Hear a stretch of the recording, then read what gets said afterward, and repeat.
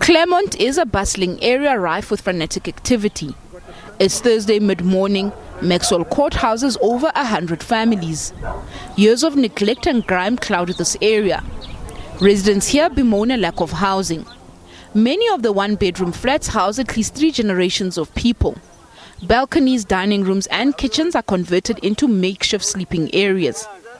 69-year-old GADIJAH Rosa lives with her children, grandchildren and great-grandchildren. We can't apply for because when we go for better housing, we get told that we're on the waiting list. We gotta live in this. It is terrible the way we gotta live here. It's filthy because there's sewage running floating because the drains are not fixed. And when we do complain city council, they will send people. Whether it gets fixed or not, that's another thing. We are living in fear here because there's always things being stolen here. This is what we gotta live with. Many flats, in fact, nearly all the flats here.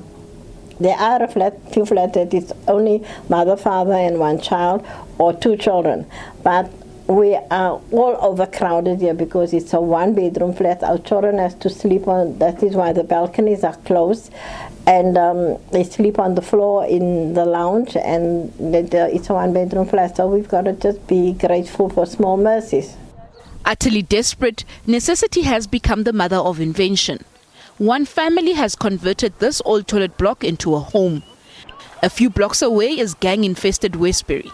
The mad scramble for housing is self-evident, but unemployment is palpable as the youth roam the streets listlessly.